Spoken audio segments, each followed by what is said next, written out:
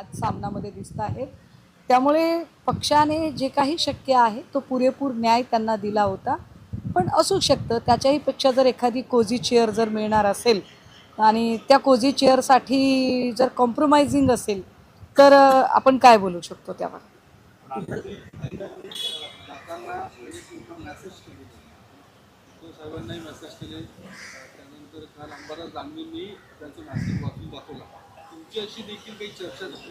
सचिन भाऊंनी सगळ्यांना मेसेज केले होते, फोनही केलेले होते। इथे सुद्धा काही लोकांना फोन, पुण्यातल्याही पदाधिकाऱ्यांना फोन केले होते, काही महत्त्वाच्या लोकांना केलं होतं। मला त्यांनी पर्सनली फोन करून ते माझ्याशी बोलले होते। 2 दिवसापूर्वीही आमचं बोलणं झालेलं होतं। मला वाटते 28 तारखेला त्यांचं आणि माझं फोनवर बोलणं झालं होतं की आपण 29 तारखेला भेटूया।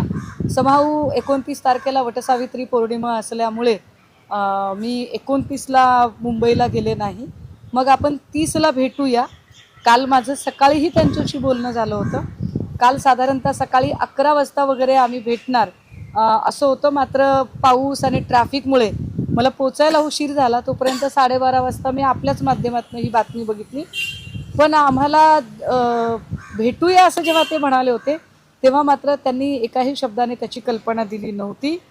नंतर मात्र त्यांना मी हे सगळं झाल्यानंतर पुन्हा एकदा काल संध्याकाळी बोलण्याचा प्रयत्न केला होता की भाऊ ॲटलिस्ट तुम्ही आम्हाला कल्पना द्यायला पाहिजे होती, की कारण लोक प्रश्न विचारतात, लोकांच्या मनात शंका येणं स्वाभाविक असतं। ज्या पद्धतीनं एक तर ते पुण्याचे संपर्क प्रमुख राहिलेले आहेत आणि त्यामुळे इथल्या प्रत्येक माणसाचा त्यांचा एक वैयक्तिक संपर्क आहे, त्या सगळ्यांमुळे आम्हाला खूप अधिकची माहिती असेल असं अनेकांना वाटू शकतं। तर त्यामुळे मी त्यांना म्हटलं की आम्हाला ॲटलिस्ट तुम्ही एक कल्पना देणं अपेक्षित होतं। तर त्यांचं असं म्हणणं होतं की सगळं खूपच अचानक घडलं, अगदी म्हणजे 18-20 तासामध्ये या गोष्टी घडलेल्या आहेत असं ते म्हणाले। मात्र काल अब्दुल सत्तारचं एक स्टेटमेंट फार महत्त्वाचं होतं। मला वाटते काल अब्दुल सत्तार म्हणालेत की 6 खासदार फोडीमध्ये आहिर साहेबांचा सहभाग मोठा होता, त्यामुळे त्यांना उपसभापती करणं गरजेचं होतं। तर ही सगळी जर एकूण स्टेटमेंट्स बघितली तर आमच्यासारख्या शिवसैनिकांचा गोंधळ उडणं फार स्वाभाविक आहे। म्हणाले की त्यांचा तुम्हाला फोन आला होता आणि आपण भेटू असं ते म्हणाले होते, तुम्हाला अशी काही कुठून किंवा तुम्हाला काही माहिती होती का की त्यांनी प्रवेश करण्यासाठी? नाही, मला अशी काही कुणकुण किंवा माहिती असण्याचं काही कारण नाही। त्यांचं आणि माझं बोलणं होण्याचं कारण एक होतं, पिंपरी चिंचवडमध्ये सोनिग्रा नावाचे विकासक आहेत आणि त्या सोनिग्राच्या संबंधाने एक लक्षवेधी लावलेली होती, त्याचे सगळे डॉक्युमेंट सचिन भाऊंना द्यायचे होते। त्यामुळे मी आणि चेतन पवार त्या लक्षवेधीच्या संदर्भाने त्यांच्या संपर्कात होतो।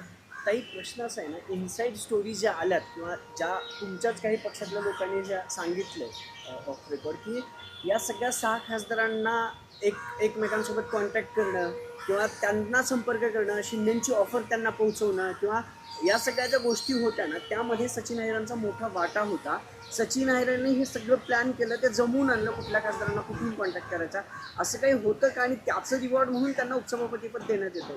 नाही, हे मला वाटते काल मी तेच म्हटलं की हे अब्दुल सत्तारजी म्हणाले, पण यावर तरी कसा विश्वास ठेवावा, कारण बुधवारी संसदीय दलाची बैठक दिल्लीमध्ये बोलावलेली होती आणि मंगळवारी पुण्यामध्ये हॉटेल सॅफरनला पदाधिकाऱ्यांची महत्त्वाची बैठक होती, ज्या बैठकीला सचिन भाऊ आमच्या सगळ्यांच्या सोबत पूर्ण वेळ उपस्थित होते, आपल्या सगळ्यांच्या कॅमेरासमोर ते होते।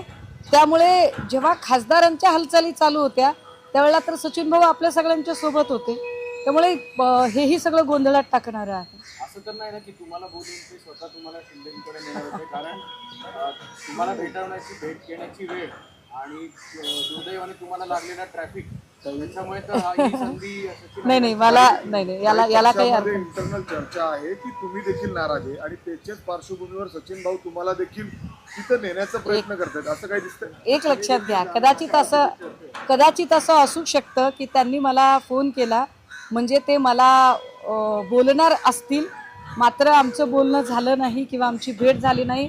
कारण मी म्हटलं ना की 29ला भेटायचं ठरलं होतं, पण 29ला मी गेलेच नाही। पण ते मला हे सगळं सांगणार होते की नव्हते याची काही मला म्हणजे आत्ता काही खात्री देता येत नाही। राहिला प्रश्न माझ्या संबंधाने, तर मला असं वाटतं मी इथे आहे। कालही जेव्हा आपण सगळे लोक मला फोन करत होता आणि माझ्याशी कॉन्टॅक्ट करायचा प्रयत्न करत होता, तेव्हा मी आपले फोन कट करत होते. त्याचं कारण मी मातोश्रीवर होते, अनिल भाऊ दिल्लीला जाणार होते आणि तातडीने पुण्यातल्या पदाधिकाऱ्यांची काल मुंबईत बैठक बोलावली. आपण त्याची पडताळणी करू शकता. विनायक राऊत साहेबांनी पुण्यातल्या महत्त्वाचे शहर प्रमुख, सहसंपर्क प्रमुख, पिंपरी चिंचवडचे.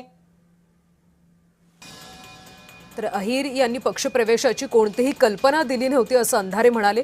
सचिन अहिर म्हणाले, सगळं अचानक घडलं, मात्र त्यांनी कोणतीही आम्हाला कल्पना दिली नव्हती. मोठ्या पदासाठी अहिर शिवसेनेमध्ये गेले असतील असं अंधारे म्हणाले.